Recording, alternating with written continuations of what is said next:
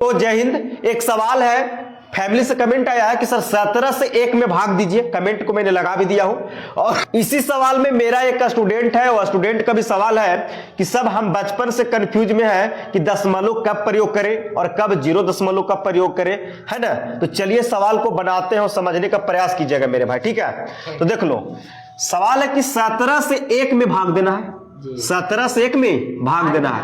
तो ये बड़ा संख्या है कुछ है छोटा, तो छोटा संख्या में तो भाग नहीं लगता है। तो बड़ा संख्या से जब छोटा संख्या में भाग देंगे तो नहीं लग रहा है, तो क्या बार में लगाएंगे? 0 बार में लगाएंगे। क्या बार में लगाएंगे? 0 बार में। तो अब जब 0 बार में लगाएंगे तो 0 से 17 में गुना करेंगे तो क्या देगा? 0। गुना करते हैं ना, तो 0 से 17 में गुना करेंगे 0। 1 में से 0 घटेगा तो क्या बचेगा? 1। अभी बच गया शेष।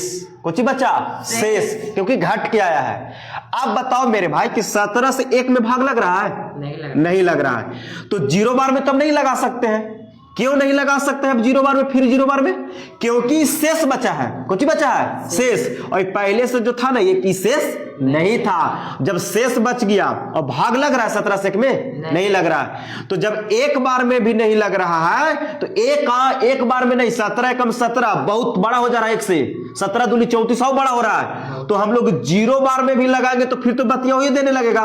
तो 1 से छोटा चीज को डिनोट करने के लिए हम लोग दशमलव का प्रयोग करते हैं, जैसे कि 2.34। तो दशमलव के इधर वालों को इकाई बोलते हैं और इधर वालों को दशांश बोलते हैं और इसको शतांश बोलते हैं। ये 3 दशांश हो गया, मतलब कि 3 को क्या भाग में? 10 भाग में। और 4 शतांश हो गया, मतलब 4 के क्या भाग में? 100 भाग में। और 5 रहता तो इसको बोलेंगे 5 को 1000 भाग में बांटा जाता है।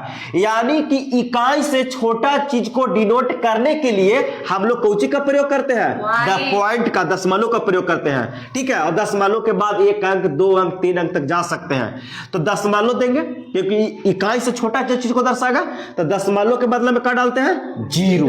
तो बन गया कितना? 10। तो 17 से 10 में भाग लग रहा है? नहीं लग रहा। अब कब दशमलव लगेगा सब पता चल गया। जब घट के शेष बचेगा और भाग नहीं लग रहा है तो कौन सी देंगे? दशमलव के बदला में 0। और 1 दशमलव के बदला में 3 अंक तक, 4 अंक तक, 5 अंक तक जा सकते हैं। तो पॉइंट के बदला में 0, 10। अब 17 से 10 में भाग लग रहा है? नहीं लग रहा है। तो 1 बार में नहीं लग रहा है तो क्या बार में लगाएंगे? 0 बार में। क्या बार में? 0 बार में। तो 0 से 17 में गुना करेंगे तो 0। और 10 में से 0 घटेगा तो 10 से बचेगा। अच्छा, अब फिर हो गया। तब दशमलव के बदला में कुछ देंगे फिर 0। दशमलव के बदला में 0 दिया है। अब हो गया कितना? 100। तो 17 से क्या बार में लगेगा? 100। अब लगेगा ना। 17 × 5 = 85। 17 छक्के 2 तल से ज्यादा हो रहा तो 5 बार में 17 × 5 = 85। अब 100 में से 85 घटेगा मेरे भाई तो कितना बचेगा? 15 बचेगा। अब दशमलव के बदले में कुछ देंगे 0। तो हो गया कितना? 150। तो 17 × 36, 17 × 36 136 लगेगा। 17 × 9 = 53 से ज्यादा होगा तो घटाएंगे 150 में 136 तो कितना होगा? 14 से बचेगा। अब देखो तुम्हारा मर्जी करे बाबू, तो दशमलव के बदले में फिर 0 देके आगे जा सकते थे, लेकिन हम क्या अंक लिए हैं दशमलव के बाद? 3। तुम्हारा मर्जी करे 4, 5। अब बैठ जाइए, कोई दिक्कत नहीं, कन्फ्यूजन दूर हो गया।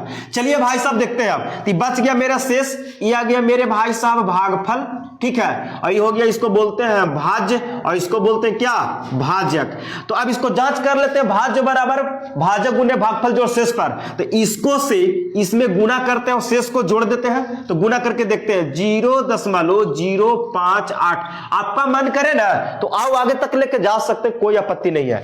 तो इसको में हम लोग गुना करेंगे कितना से? 17 से, और फिर कितना जोड़ेंगे लास्ट में? शेष 14। ये भी कंफ्यूजन दूर करेंगे कि दशमलव के बाद ही शेष को क्यों जोड़ा जाता है। ये भी एक कमेंट आया है, इस बात को समझिएगा।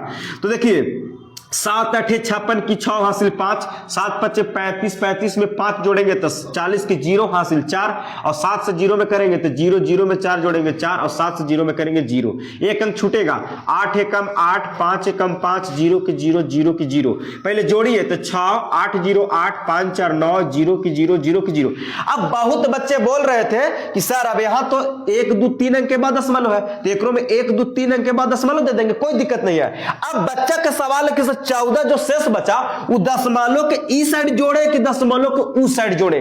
तो मेरे भाई एक बात याद रखिए, जो शेष बचा है ना मेरे भाई, वो दशमलव के देने के बाद में बचा है जी, कि दशमलव के पहले का ही शेष है। बताओ दशमलव देने के बाद बचा है। तो इसलिए मेरे भाई ये दशमलव जो बाद जो शेष बचा ना, वो दशमलव के बाद में जोड़े कि पहले जोड़े, बाद में जोड़ेंगे। और बहुत बच्चा यहां जोड़ रहे हैं, यहां 14 जोड़ देते हैं, जो कि बिल्कुल कुछ होगा गलत। दशमलव के बाद में जुटेगा, पहले नहीं, क्योंकि दशमलव के बाद ही शेष बचा है मेरे भाई, इसलिए 14 शेष यहां जुटेगा, यहां। अब जोड़िए, और जोड़ने के बाद 3 अंक के बाद दशमलव दीजिएगा।